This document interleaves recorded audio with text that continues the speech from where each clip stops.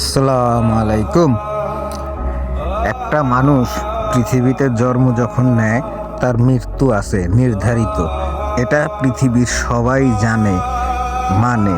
কিন্তু আমরা একটা দিক চিন্তা করে দেখি না যে একটা সেকেন্ড বা একটা দিন আমরা অতিরিক্ত বাঁচবো কিনা।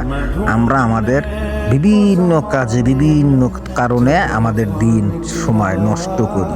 আমাদের জীবন থেকে যখনই একটা দিন চলে যায়, এটা আমাদের মনে করতে হবে বা মানতে হবে যে এই দিনটাই আমার জীবন থেকে কমে গেল। কিন্তু এই দিনটা কি আর আমরা জীবনে কোনো সময় কি ফেরত পাবো?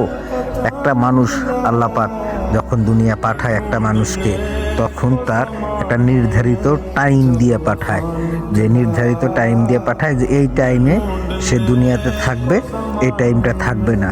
কিন্তু আমরা কি পারবো লক্ষ লক্ষ টাকা পয়সা দিয়ে একটা দিন জীবন থেকে